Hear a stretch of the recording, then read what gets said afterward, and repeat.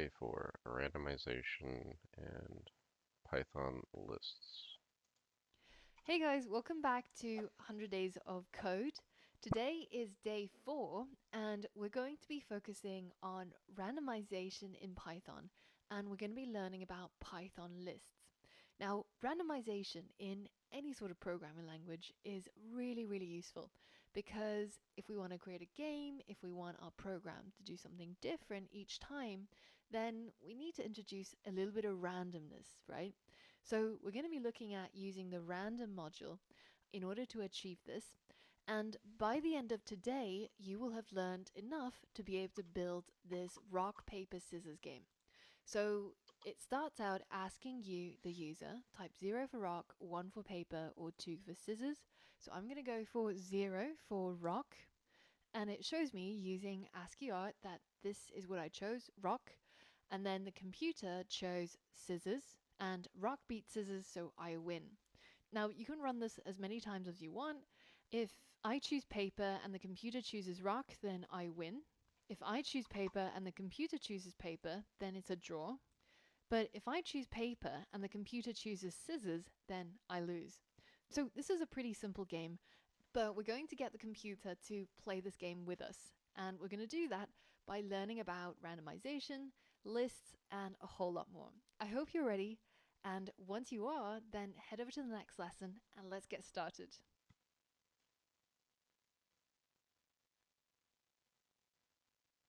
One of the first things I want to talk about is randomization. And this is a concept that we're super familiar with. Randomization is really important when we want to create computer programs that have a degree of unpredictability. Now, the biggest category of that is, of course, games, right? Can you imagine if you had to play Tetris and every single time the block that fell down was like predictable? You always knew that it was going to be a T and then it was going to be an L. Like, there would be no fun in that, right? So, how do we create this randomness for our programs? Now, in nature and in our everyday lives, it's really easy to create randomness. If you splash some paint on a canvas, that's going to be pretty random. If you take a look at the TV static from the analog TVs, that's also a whole bunch of randomness there. But when we're talking about computers, then these machines are what we would call deterministic. They will perform repeatable actions in a fully predictable way. So, how do we wrangle these machines that operate basically on ones and zeros to get them to create some random numbers? Well, there's a whole bunch of maths that can be applied to create what are called pseudo-random number generators. And the one that Python uses is something called the Mersenne twister. And if you really want to read about it, then you can have a look on Wikipedia and take a look under the algorithmic detail. But to be honest, it's a little bit too much information for anybody unless you're really interested in these types of number generators. But what I recommend though is a free video from the Khan Academy where they explain pseudo-random number generators, and it's really well produced and it tells Random you a lot of fluctuations different every aspects length of of time will pseudo-random generate number a quantum generation. sequence the So next have a node look is at that if you're always interested to learn a little bit more about pseudo-random number generators. We've talked a lot about randomness, but let's see it in action. Let's write some code and produce some random numbers. We know that we want to get hold of some random numbers, but we don't really want to implement the Mersenne twister ourselves because it's horrendously complicated using lots and lots of maths and probably it'll take us months to write the code for. So how can we get random numbers? If you think about it, it's a little bit like searching for something in Google. The Google algorithm is horrendously complicated and it's taken them years and years to refine and perfect to such an extent where I think Google knows me better than myself because when I search for something, it always gives me the most relevant results. And if you're questioning the complexity of the Google algorithm, just go to Bing and try searching for something and see how relevant the results are. I mean, So Bing they is have this getting super complex better. algorithm, which we're never going to get a chance to see, let alone understand.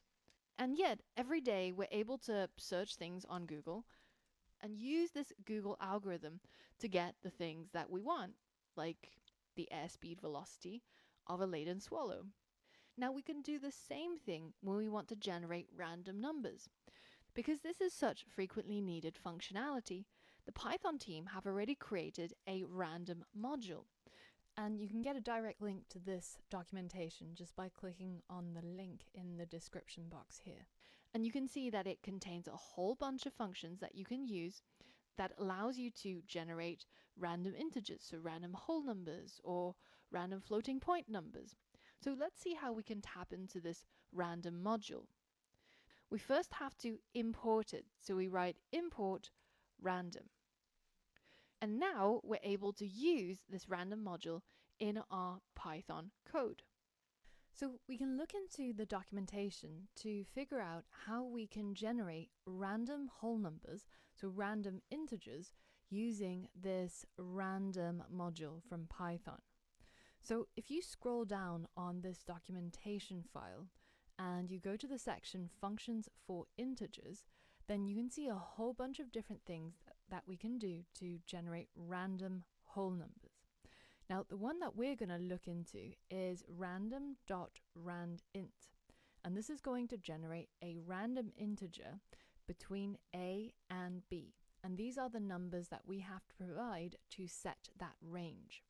So the way that randint works is that it will generate a random number that is greater than or equal to a and less than or equal to b. So basically between this range a and b that we provide, but inclusive of both a and b. So let's give it a go. If we go into our code file and we use the random module, so we first write random. This refers to this module that we just imported, which contains all the code for generating random numbers. And then we write a full stop, which in programming is normally called a dot. So random dot, and then we're going to use the name of that function that we found, randint. So this randint needs some open parentheses, and you can see from the code hints, it's asking us for a, which is an integer, and b, which is an integer, and we already know this is the range that we want.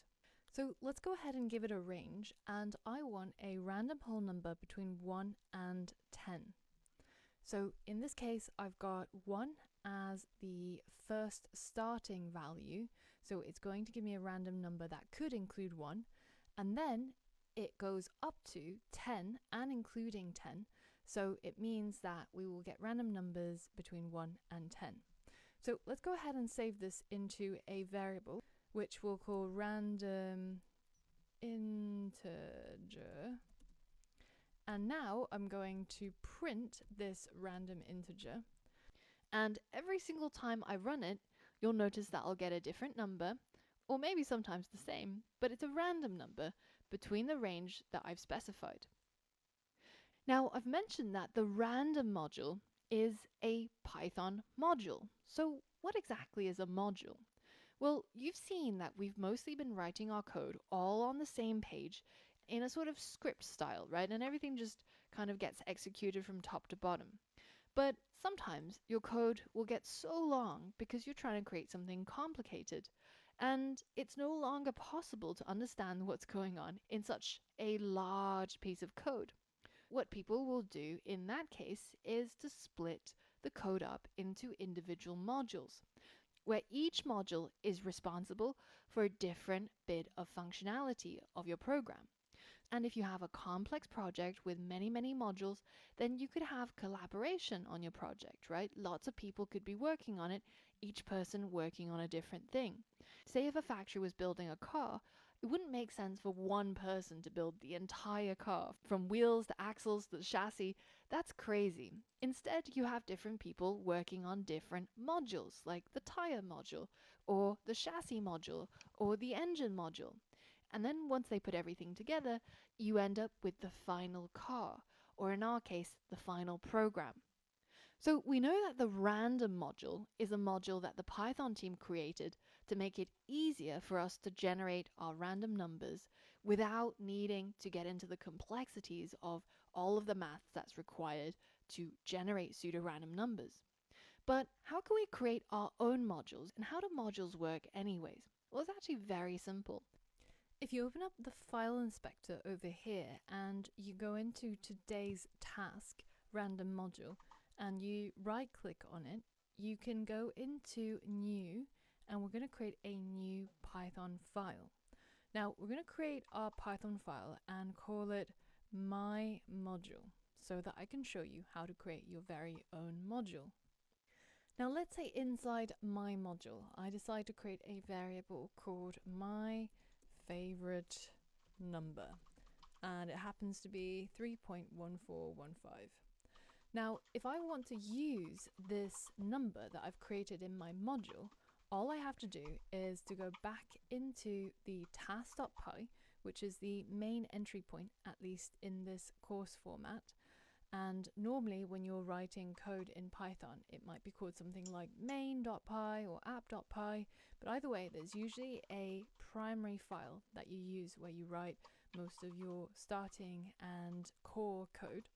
Now, if I want to use the code in my module, all I have to do is, same as the random module, I have to import it. So I'll import my module into this task.py file, and then I can use it by simply printing, for example, my module dot my favorite number. And you can see it's exactly the same way as the random module. We imported it and then we used a function inside it called randint. And now if I go ahead and print, you can see the my favorite number is printed by using and tapping into this module. Now, coming back to our main task of generating random numbers, let's take a look how we can generate random floating point numbers. So I'm going to go ahead and delete my module and all the related code. You can keep yours if you want, just for revision, but I want to keep everything as clean as possible. So I'm also going to comment out this section where we've got the random integer as well. So how do we create random floating point numbers? Well, let's take a look at the documentation.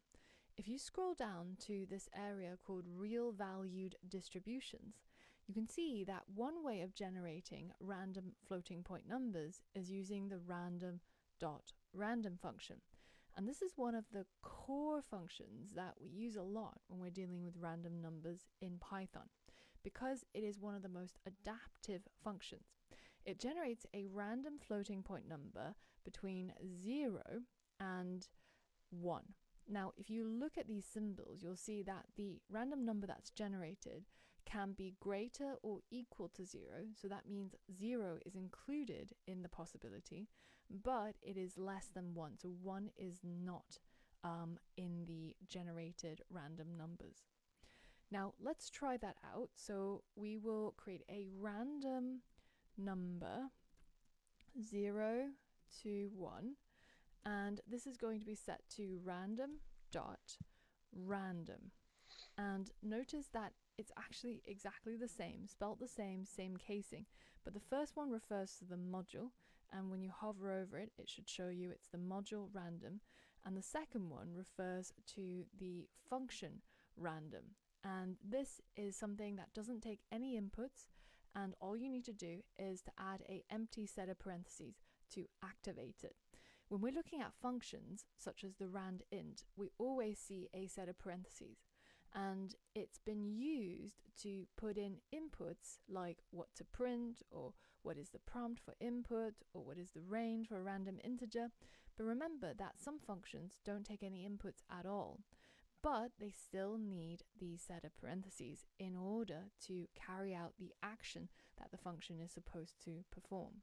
So let's go ahead and print this new random number 0 to 1, and you'll see that every time I press the print button, it generates a new floating point number, and it's between 0 inclusive and up to 1 not inclusive. So you can use this random number generator, random.random, to expand it. So what do I mean by that? If we multiply this by 10, then you'll see that the numbers that are generated are going to be between 0 to 10 and not inclusive of 10. because we're basically multiplying the lower range, 0, by 10, which is 0, and the upper range by 10. 1 times 10 is 10. So then we've shifted this random number generator to create floating point numbers between 0 and whatever it is that we desire. So you can have a play around with that, but you might also discover another function if you look through the documentation, which is a random floating point number generator. So I'm going to call this variable random float, and I'm going to use the random.uniform function. And this function will return a random floating point number such that the number is greater than or equal to the lower bound and less than or equal to the upper bound. So basically, it's going to generate numbers between A and B, inclusive of A and B. So to use that, we would say random.uniform, and then we can provide a number, say 1 to 10 again, and then let's print this random float, and let me comment out the other part. And now when I run this, you can see it almost does the same thing. The only difference is it's not entirely sure, depending on rounding, whether if you will get 10 or not in the random float.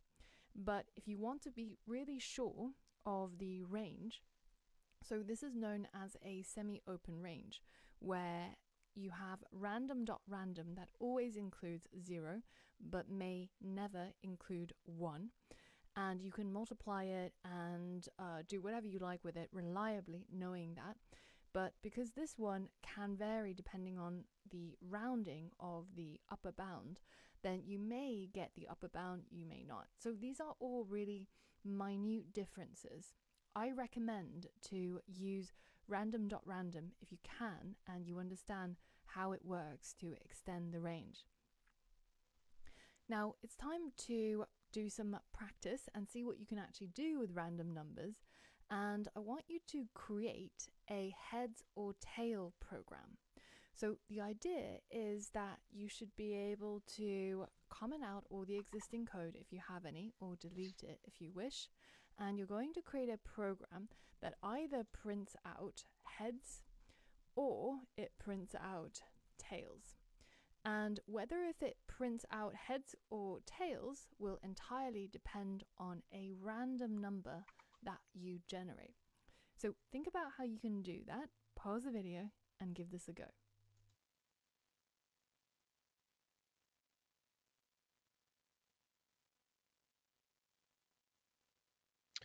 Alright, so I'm trying to think, because I mean, she did introduce creating our own modules, so I'm gonna try. I mean, it's probably, not really worth it. But just to say that we did it, I'm going to create, I guess, like a function in mymodule.py.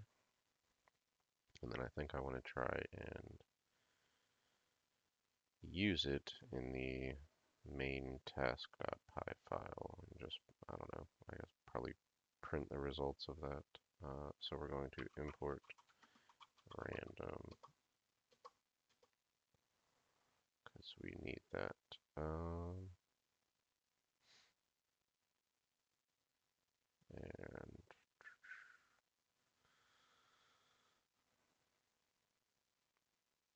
we need a variable. We can do just either 0 or 1, I think. So coin flip result equals random.rand int 0, 1.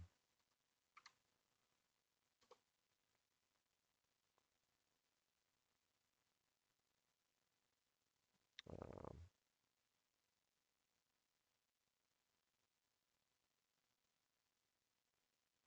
hmm.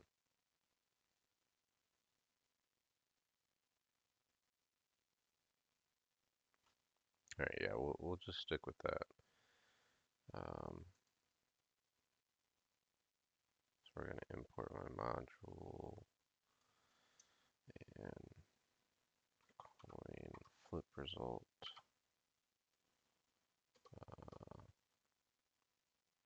I'll take that out eventually, but if my module dot, mm, let's assign, because typing that out is going to be annoying. Let's do result equals my module dot coin flip result. If result equal to 0, print heads. Else, because it should be either 0 or 1, so we don't need to really do a if elif. Print tails. I'll keep that print in just to make sure. And because it is not 0, it is else, and that is tails. So, yep. Looks good to me. Try it again. Cool.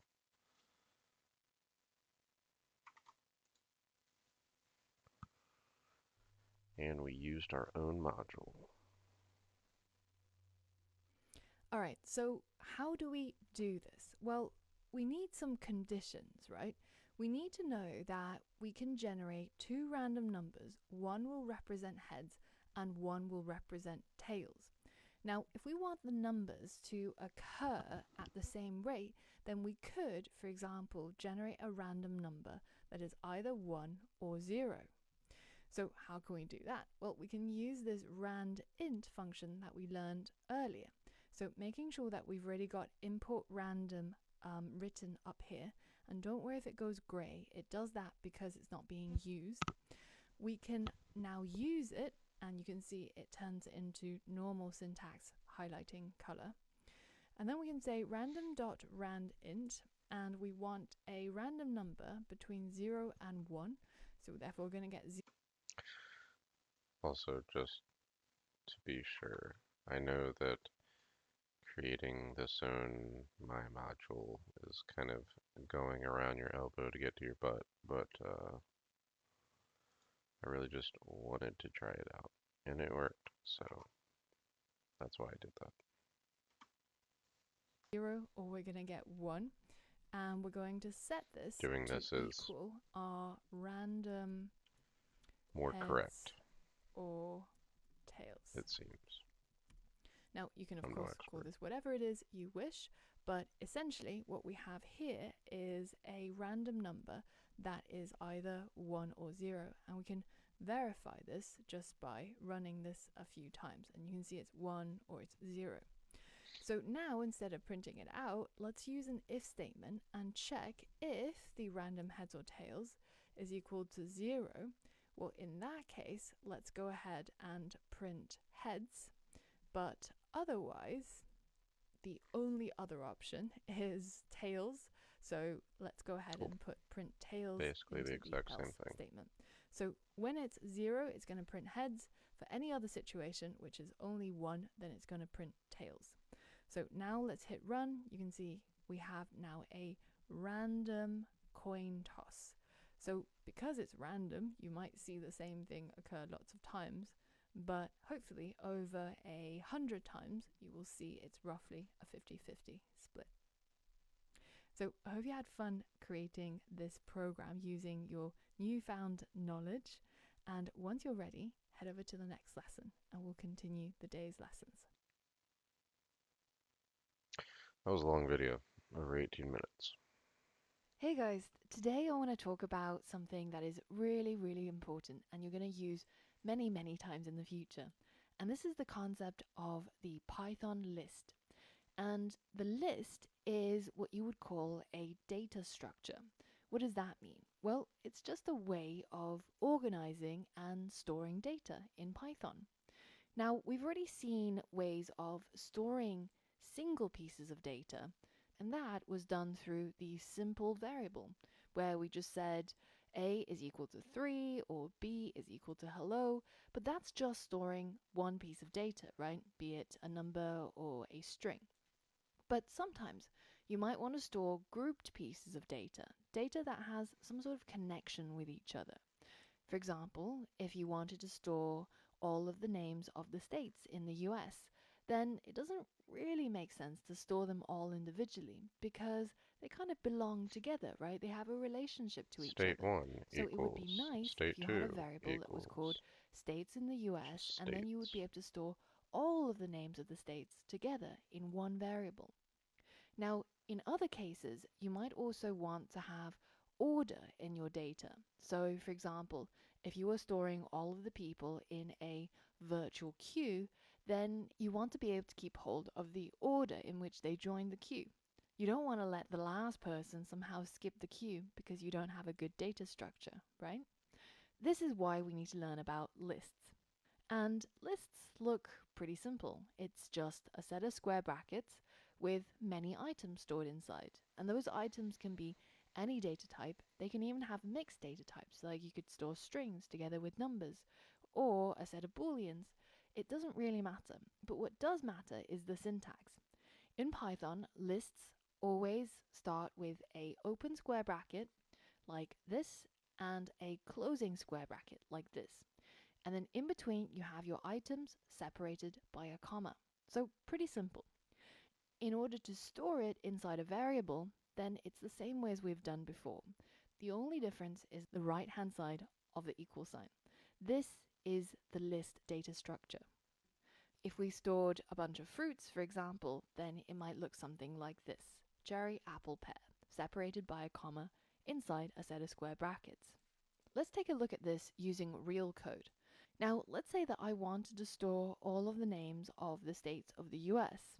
Previously, without knowing about this list data structure, we might have written state 1 equals Delaware, state 2 equals Pennsylvania, and so on and so forth. And we would create as many variables as we have states. But now that we know about lists, then we can just create a single variable and we call it states of America. And now we can create a list by creating a set of square brackets. And inside those square brackets, we add our items. So again, the first item is the state of Delaware, which is going to be a string.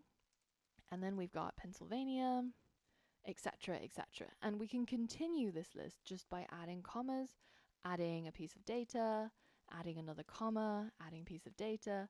And this way, we end up with a list data structure. Now, one of the interesting things about the United States is that the different states in the US actually joined the Union at different times. You can actually head over to Wikipedia and watch this little animation and see each state join the Union and at which time point they did so. The order of this data is now kind of pretty important because if we wanted a list of US states that are in the order that they joined the Union, then the order in which they're stored in our data structure is now also immensely important. And this is another thing that you get with lists. You can use a list to store many pieces of related data, but they also have an order, and the order is determined by the order in the list. So this is the first piece of data, this is the second piece of data, and when you store it inside the variable, that order is not lost, and you'll be able to use it later on when you need the list. Here's a list of states of America ordered by the date that they joined the Union. And you can see that if later on I decided that I wanted to know which was the state that joined first, then I can print this variable, States of America. I can add a set of square brackets, and then I type 0 as the index of the piece of data I want to pull out from my States of America list. So now if I go ahead and run this code, you can see it prints out Delaware. And if I keep increasing this number, you can see that it's going through my list in the order that it was saved.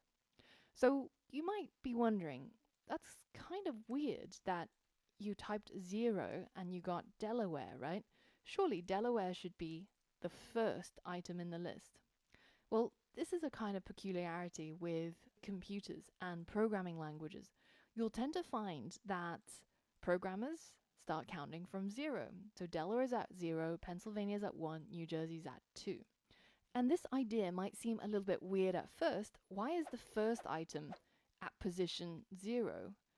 But if you think about that index number, that 0, 1, or 2, instead of being the position, actually being an offset or a shift from the start of the list. Well, then, in this case, cherry is right at the beginning of the list, so it has a offset or a shift of 0. But apple is shifted from the beginning by 1, pear is shifted from the beginning by 2, and so on and so forth. Then it kind of makes more sense that the first item in the list is at the beginning of the list, so it has no offset, so it's 0. And you'll find that in many, many programming languages, there are similar data structures to lists, and this is how they're usually ordered, starting from 0 and then adding by 1. Now, you can see that when you want to get hold of a particular piece of data stored inside a list, what you do is you get the name of the list, and then you add another set of square brackets. So whenever you see square brackets, you should be thinking to yourself, oh, this might be related to a list. Because when you create the list, you use square brackets, and when you try to get items out of the list, you also use square brackets. And then inside the square brackets is where you put the index or the offset of the item that you want. So if we want a New Jersey, it's offset from the beginning by 1, 2.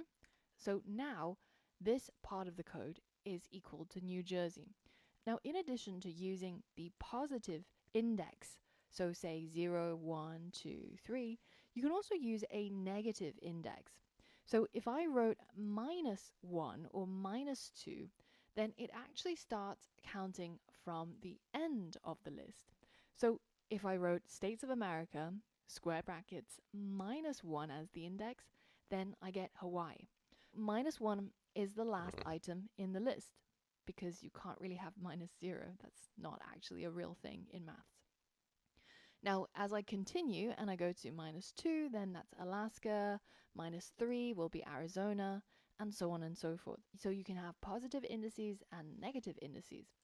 But so far, we've only been I don't pulling think I things realized out of that our list Arizona by was the using our square brackets last and the state to index. join in the But you can also continental change the US. items in the list using very similar code. For example, if I decided that Pennsylvania is actually not spelled Pennsylvania, and I wanted to change it to Pennsylvania, then I can simply write my code like this.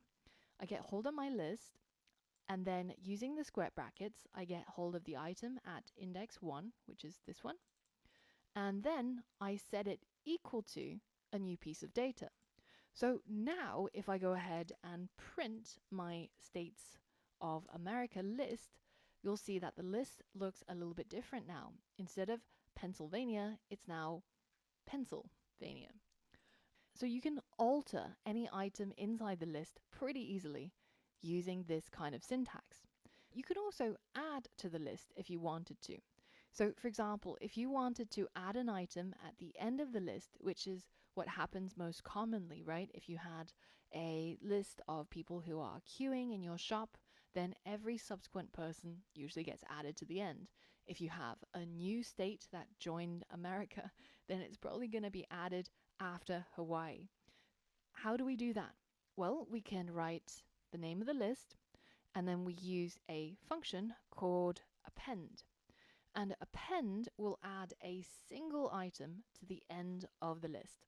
So let's say that Angela Land is joining the United States of America. So now, once I've appended Angela Land to the end of my States of America list, and I print the States of America, you can see there it is added right at the end.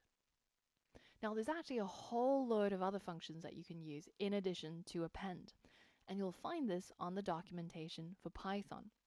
In addition to the append function that we saw just now, where we add an item to the end of the list, there's a whole load of other functions that you can use with lists. For example, you can use the extend, which adds a whole bunch of items to the end of the list. And in this case, what you're actually adding is going to be a list. So I would be creating the list using square brackets and then adding my items in here. And now what's happening is I'm extending this States of America list with this additional list. So now if we print the States of America, you can see that these two items that used to be inside a list have now been added to the previous list, and it's now extended it by two more items. But the important thing is you don't have to memorize these functions. That's the whole point of documentation and why we have Google, because there's too much information in the world for you to memorize, and it's a very inefficient way of learning. And if you tried to memorize every single method, it's not impossible, but it means that you don't have space in your brain for the important stuff, which is how things work. How do you actually use it to do what you want it to do? So, what I recommend when you come across a new thing, such as the list data structure, is to just have a look through the documentation, read through it, and see what are the possible things you can do. And once you've got the idea of this is possible, then the next time when you need to use it inside your code, you'll know, I remember, this is possible. And all you have to do is just be able to use Google to find the exact bit of the documentation and then implement it. Programming is kind of like an open book exam. You shouldn't need to memorize anything. You should spend your time trying things out and try to get things to work instead. Now that I've introduced you to this new data structure, the mighty list, it's time for a code exercise to see if you can use it in practice. So head over to the next lesson and give the challenge a go.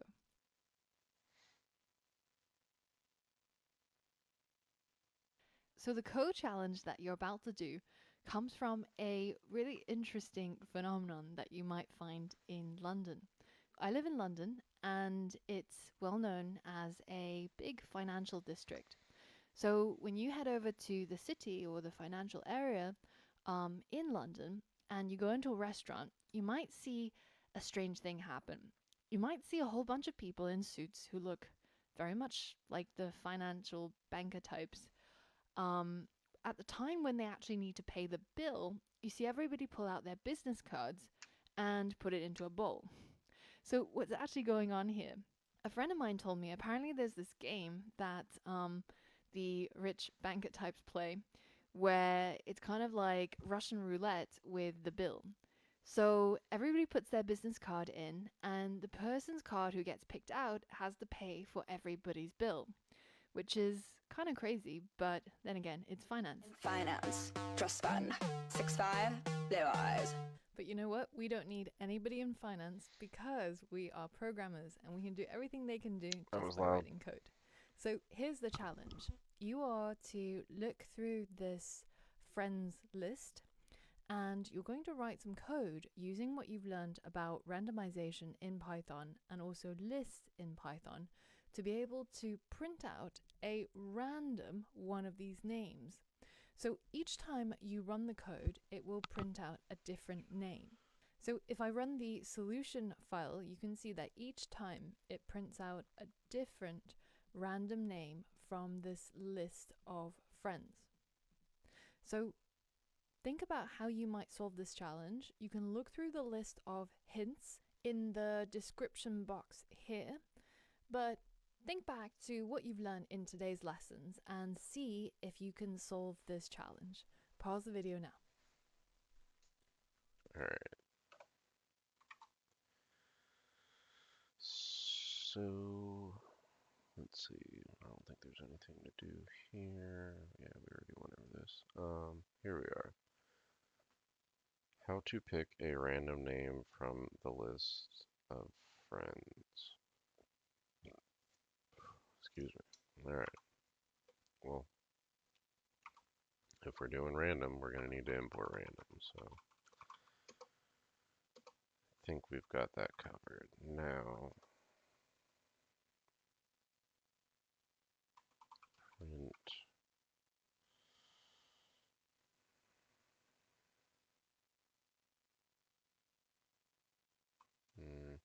let's see if anything comes up. Choice.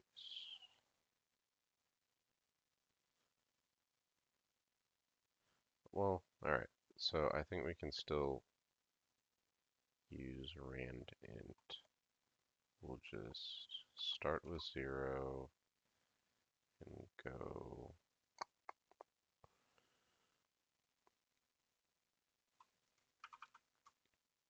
actually, because I think this will work. So we need len of friends. Let's see if that works. And it is. Yeah. 0, 1, 2, 3, 4. So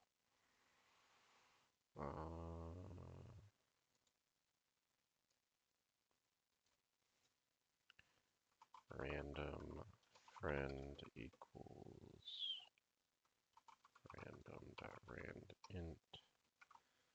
We're going to start with 0, and we need the length of friends, but -1 because it includes, right? Includes the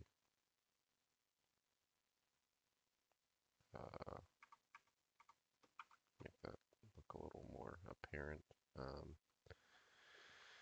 Yeah, it includes the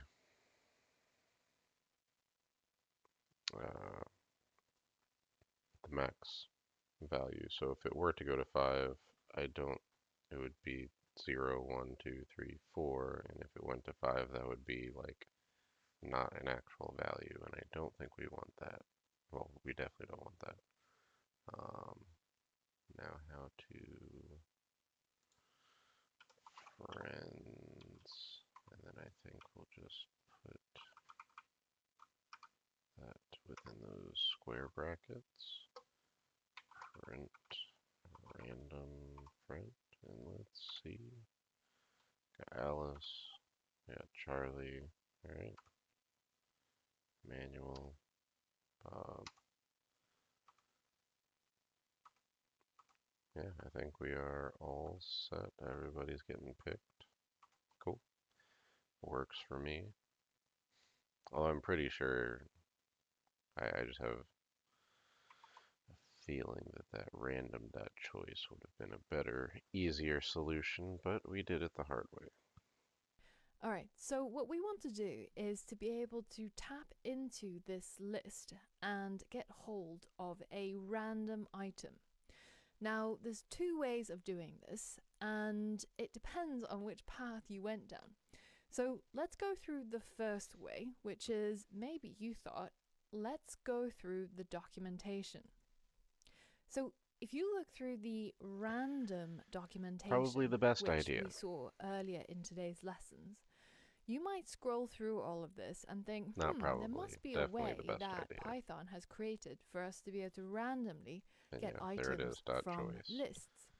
A Now, it's random not element. easy to find, but there is one. It's random.choice. Now, another way you might have arrived at this is simply using the Google search and saying, get random item from list, and then adding the word Python at the end. And you might look through Stack Overflow and you might come across the same function. Then you can go in the documentation and see how it works That and is the read about smartest it. idea. So this is probably the simplest way to do it, and we can simply print random. Now, in order to use this module, you can see we need to use the import statement. Otherwise, it doesn't know what random is. So let's import random first. You can see that error goes away. And then within the random module, I'm going to use the choice function. And this function takes as its input a sequence. Now, the list is one such type of sequences in Python, and there are others which we will learn about in later lessons. But this is all that it takes to go ahead and pick out a random name from this list. Now, this is option number 1. And this is something that you Well, at might least have maybe she'll thought acknowledge of, based on, thinking we about did things the hard way. documentation and thinking about how we can find out things from the internet. And this is a really, really key skill of programmers. But the other key skill is figuring out how to do something based on what we already know how to do. So the second option is to use what we already know, which is we know that we can use random.randint to get a random integer, and we can set the range of random numbers. So we know that lists start counting from 0, so Alice is at index 0. So we would need random numbers between 0, 1, 2, 3, and 4. So if we do randint 0, 4, then we will get a random number anywhere between 0 and 4, including 0 and 4. Now, if this is our random index, then we can use this random index to print out a random name from the friends list. So remember, we can tap into a list, add a set of square brackets, and then put in an index to fetch an item from that list. So if I go ahead and run this file, you'll see that the first name comes from the first random.choice, and the second one comes from using the random index. And you can see that they're both random and they both go through our list and they both do exactly the same function. And if you picked option 1 or if you picked option 2, So apparently I tried totally the the hardest same. hard It's way. up to you how you Instead of decided doing to 4, I complete this just, challenge. Both ways are did the equally length valid. -1. Now, in reality, if you know that there is something called random.choice, you would probably go for this because it's less code and it's pretty readable, random choice from this list. But the second option is also equally valid. So if you didn't manage to complete the challenge, or if you had any bugs in your code, I don't go know, there's back probably and a fix harder that way one. to do it. Otherwise, I'll see you in the next lesson.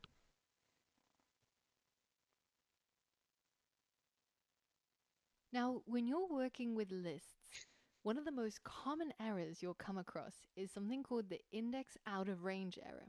In fact, by this point, you might have already seen it. Now, what does it mean though? Well, let's take our states of America. And you might remember that there are 50 states in America, but if you don't, because you're a programmer, it's as easy as writing len and then passing over the states of America, which will print 50. So now that we know that there are a total of 50 items in this list, and remember, because we start counting from 0, Hawaii is actually at index 49.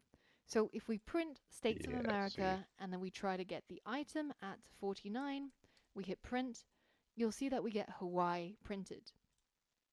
Now, what if we went one beyond that? What if we tried to get the one at index 50? What do we get instead? Well, we get an error. It's called an index error. And this is because it's beyond Hawaii and there's nothing there, as we can see with our own eyes.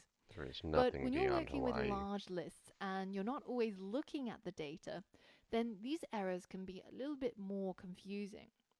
Very frequently, when you're working with lists, you'll end up with an off by 1 error. So it's unusual that you'll try to get something at index number 90 because that's just way beyond your list size.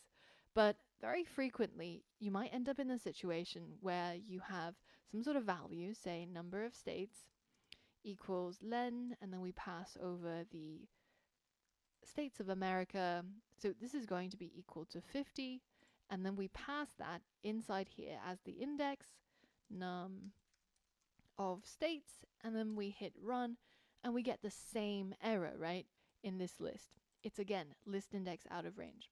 Yep. And this is an off by 1 error because all we need to do is just simply minus 1 so that 1 becomes 0 and 50 becomes 49. And then we get rid of that error. Now, it might be easier if we work with something a little bit simpler.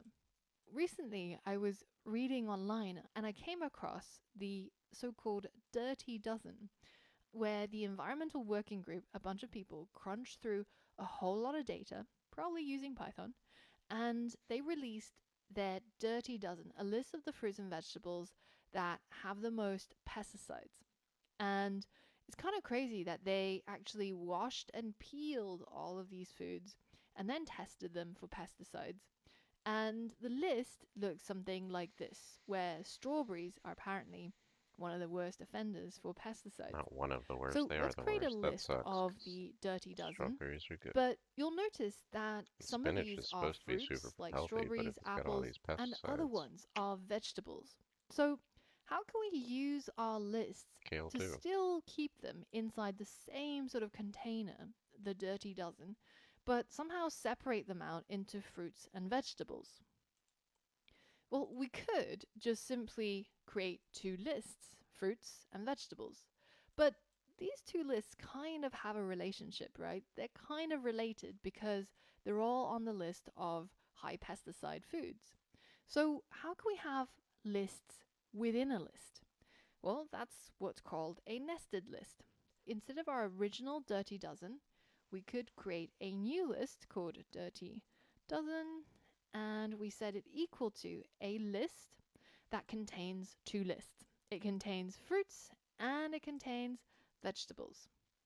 So now what effectively has happened is we've inserted this list inside here, and then we've inserted this list inside here.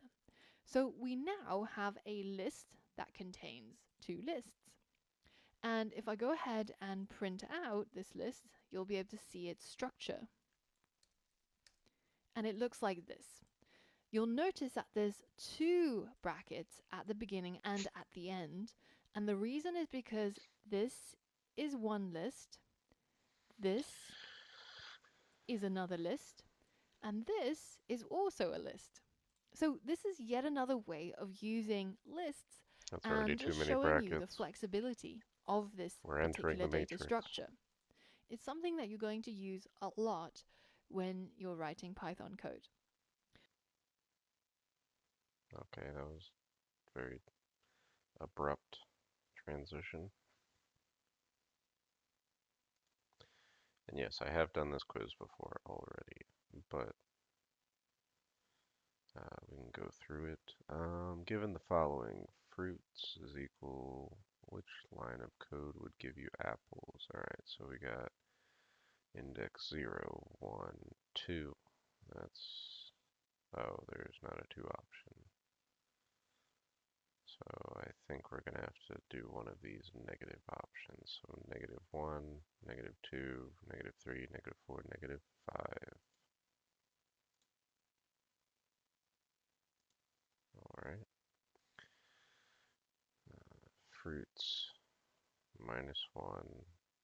So we're changing this.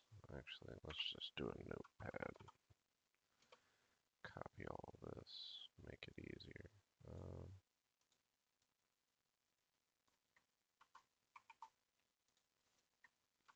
Alright, so we're changing this last value to melons. And then we are appending lemons. I guess we want these quotation marks. Print fruits. Alright, so that's it. So we need strawberries, nectarines, apples, grapes, peaches, cherries, melons, and lemons. There we go. Easy.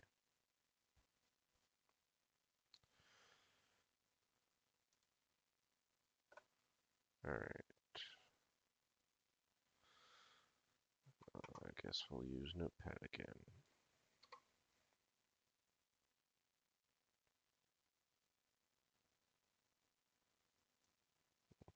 Copy all of this.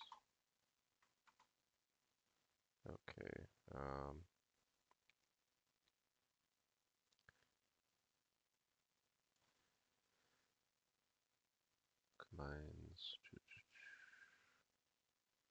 first try printing out print dirty dozen. Well, I mean, she basically already did that in that video, so dirty dozen 0.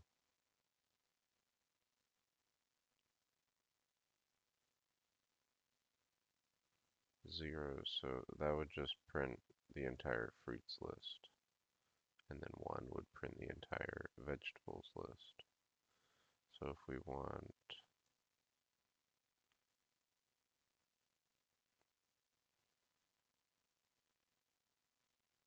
what happens at the next stage, print out, what is the actual question here?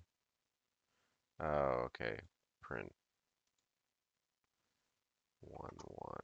So that's going to be vegetable, because that is the ones, and then 0, 1 is kale.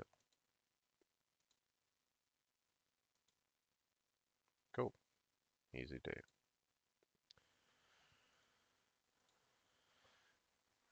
All right, Oh, guys, so already at now the that we've loaded project. up all the knowledge that we need into our brains, it's time to tackle the final project of the day.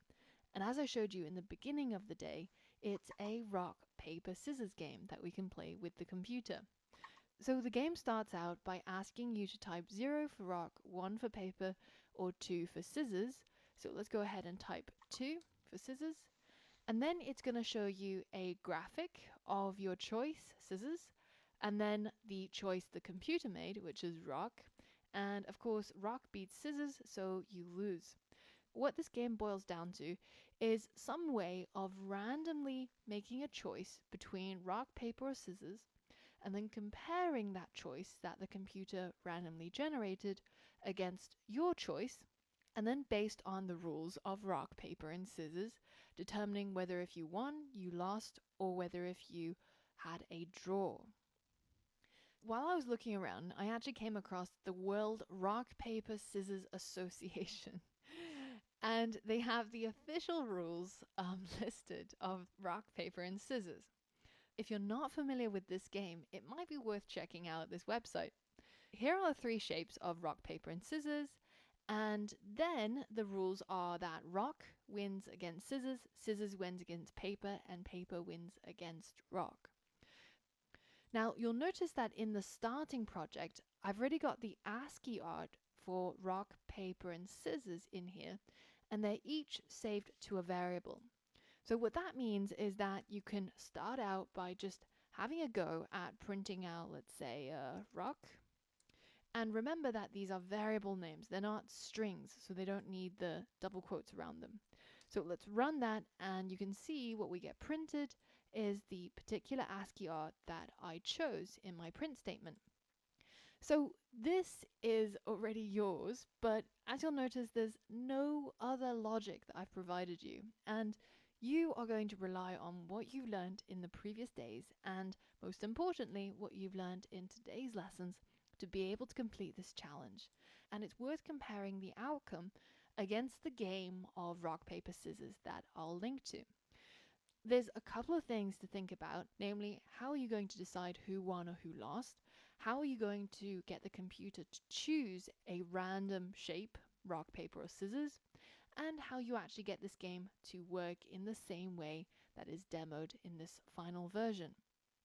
I'm going to go quiet now, and I'm going to let you pause the video, and I want you to spend at least 10 or 15 minutes working on this. And if you get stuck, just try some things out, or maybe watch some of the previous videos in the day and just try to give it your best go and do a lot of struggling. Hopefully you're going to succeed, and once you're done, head back over here and I'll go through the solution with you. So pause the video now. Alright, so first of all we need to prompt the user to input either 0 for rock, 1 for paper, or 2 for scissors. You get that input here, and alright, so it'll print the ASCII art for what you chose, and then prints computer chose, and then the ASCII art for that. And then it looks like it does the calculation for whether rock, what you chose, whether that beats, loses, or ties, and prints the result. So, yeah, pretty straightforward.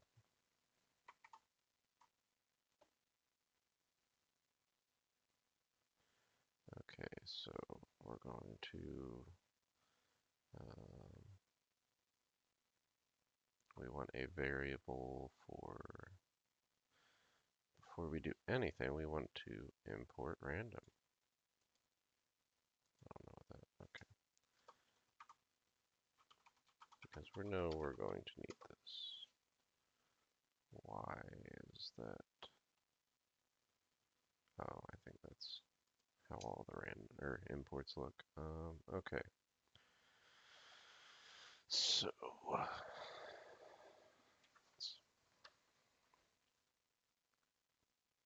actually, no, I don't like that. All right.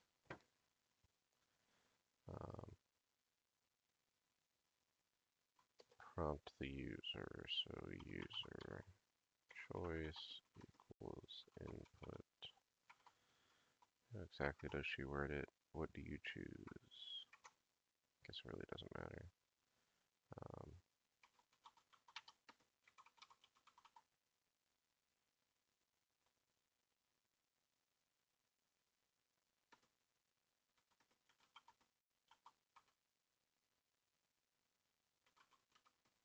One for paper or two for scissors.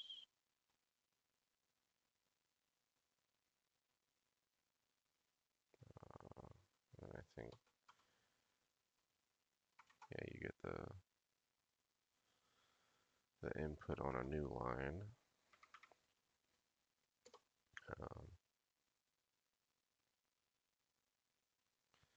Alright, so we need to do the logic to print out the respective ASCII art for the user choice. If is equal to 0, we're going to print rock. If user choice paper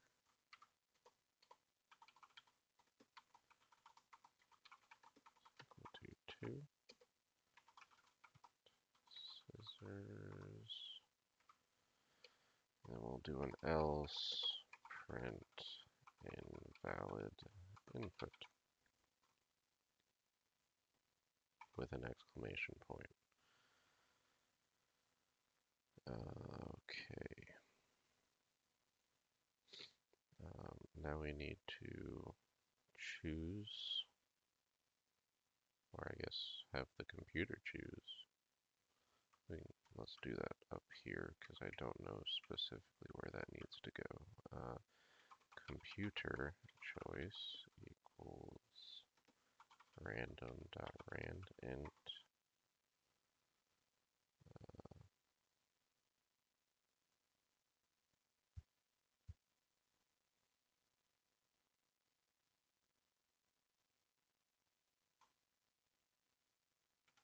0 and 2. 0, because it'll be 0, 1, 2. Right? Yeah. Okay.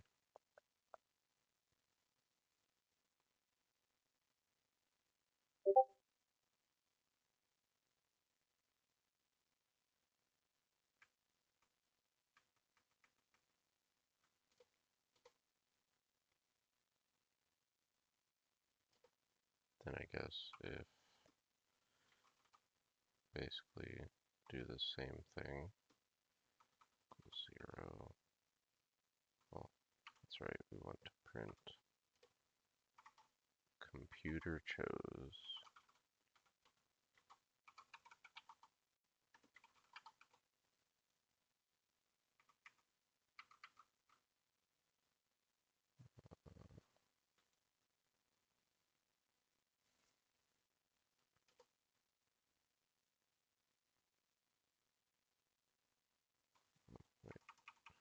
mistype up here.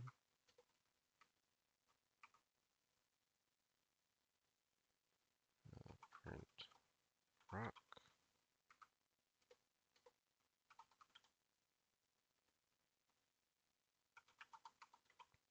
No, not user choice. Computer.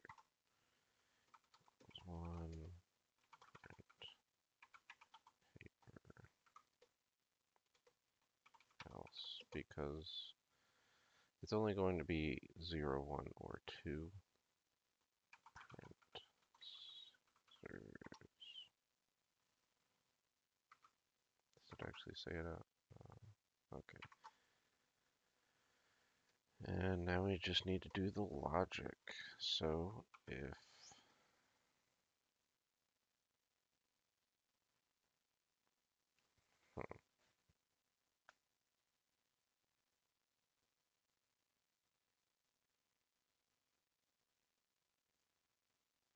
like I don't know the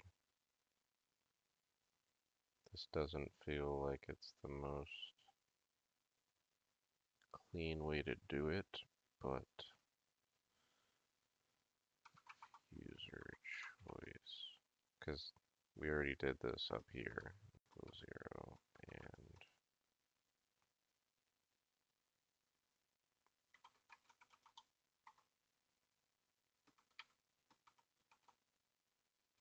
this just seems like way too many. But we're starting out. I'm still tragic, you know. It's the Tragic to Magic series. Um,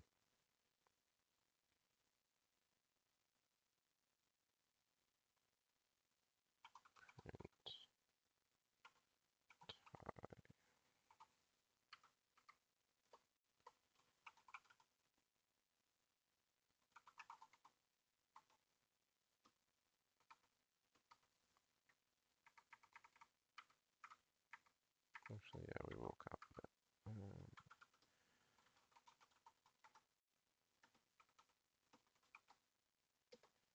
Print you lose with an exclamation point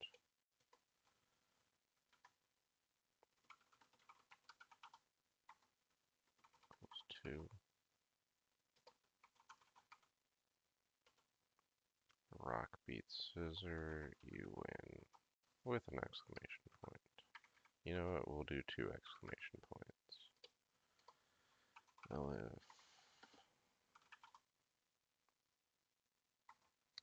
equals 1. Computer choice equals 0.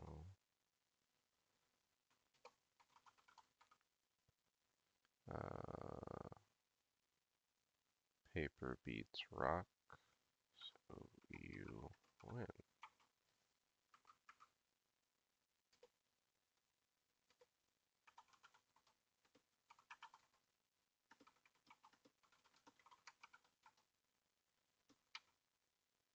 Also, I am using tab completion,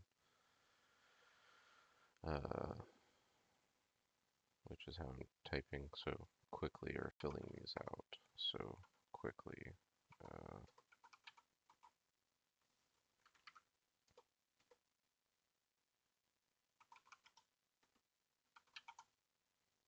Because this menu pops up and then, you know, you just type as far enough as you need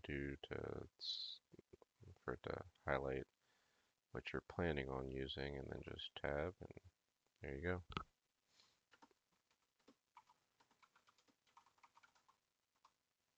Equals 2, print you lose. Wait, I can't forget to do the double. Elif user choice is equal to 2, which is scissors, and 0, print this is you lose because scissors loses to rock.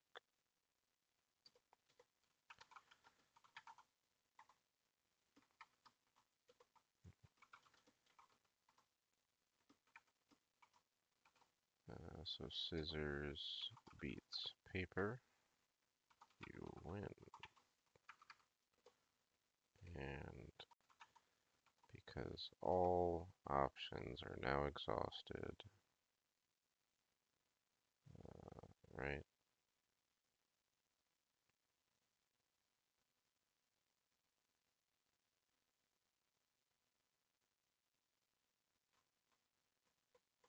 Actually,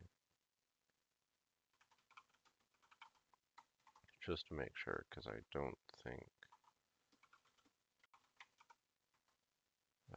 an invalid input is going to be caught. I honestly, I don't know. So print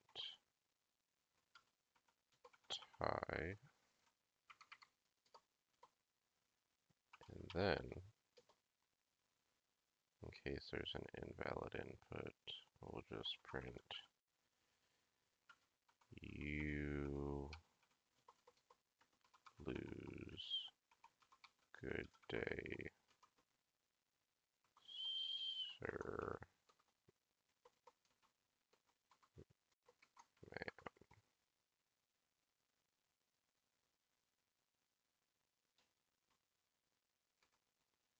All right.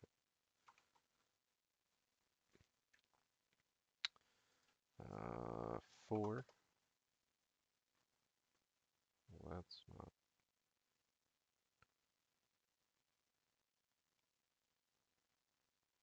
Alright, well, the computer still chooses. Not entirely what we were going for, but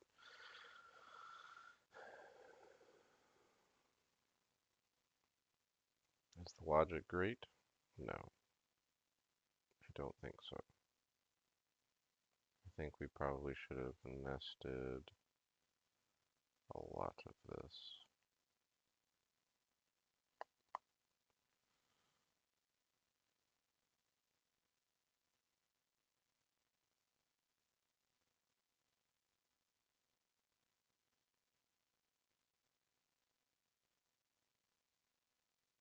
Alright, yeah, we're gonna do that.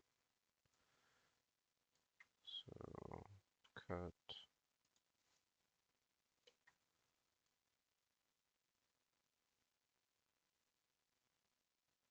Actually, hang on, because we need to.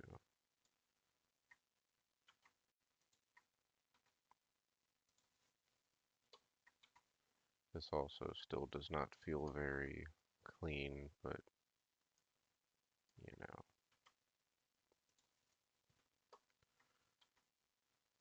It's a lot of repetitive code.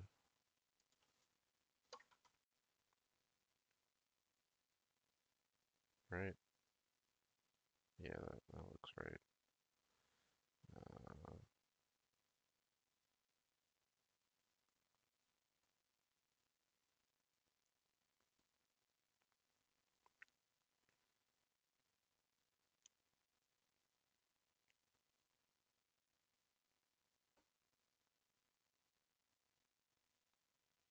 Alright, I think there's the really wrong way to do this, and that's just copying and pasting all of this. Well, I guess all of this and putting it into each elif or if elif, whatever. And that's the really wrong way to do that because that is overkill.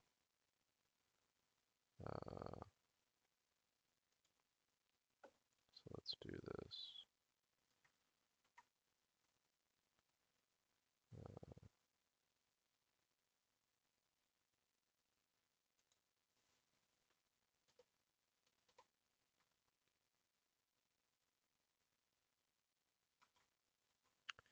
Because user choice is already 0, if computer choice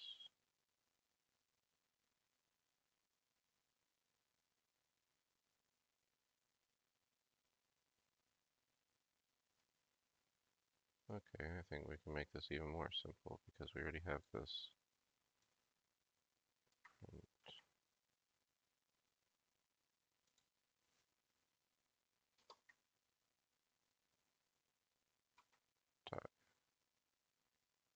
Right? Oh, this is gonna make my eyes hurt. Okay, no worries.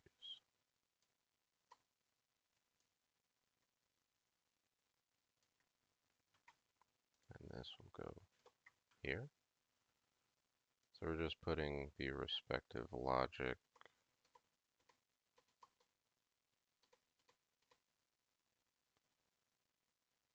Yeah.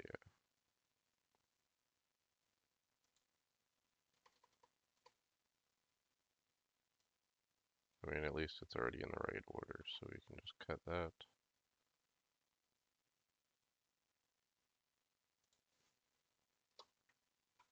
Because paper beats rock, so you win.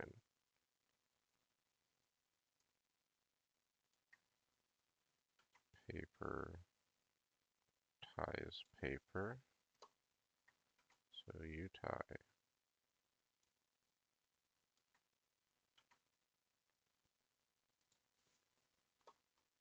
Oh, get rid of this logic.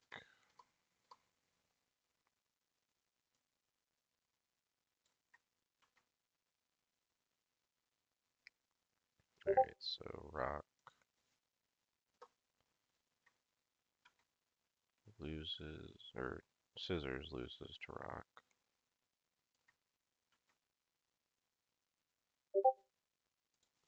Um,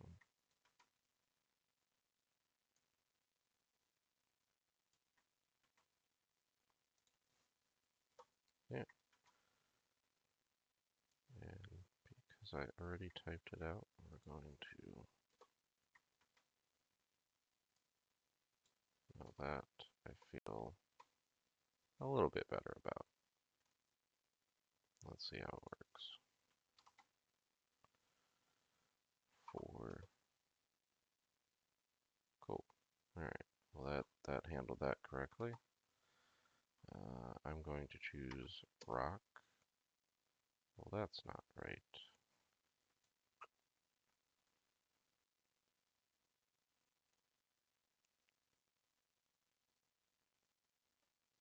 Huh.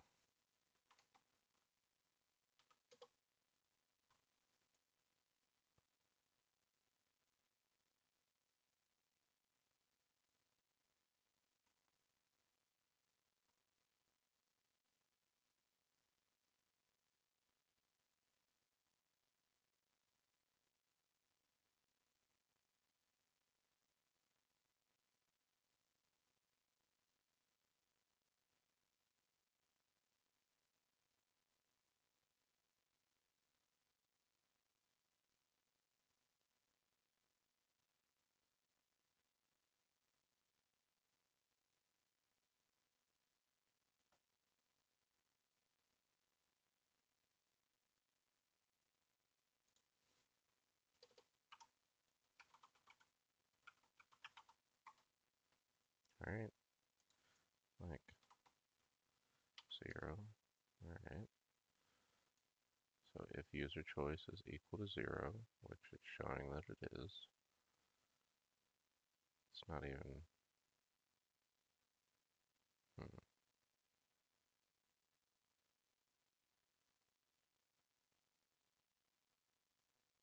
I think all the indentation's correct.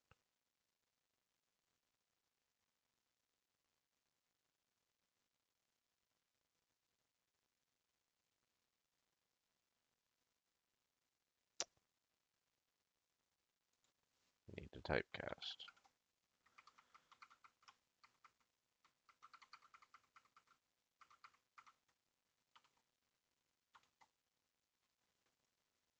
Curse you. There we go. Alright. So I chose 0. I can throw out this. Computer chose 0. It's a tie. You win. It works just like it's supposed to. Very nice. I like it. Okay. All right. Well, I looks good to me. I don't think there's any need to watch another 15 minutes of video for what I just did. So cool. Day 4, all done. And yeah, let see what we have for tomorrow.